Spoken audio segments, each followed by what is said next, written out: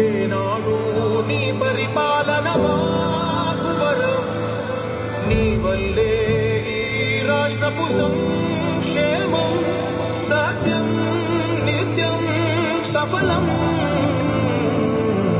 జనగణ మంగళదాయకుడా, ఘనమగు చరితల నాయకుడా, పలుతరములు మము పరిపాలించర స్వామికుడా.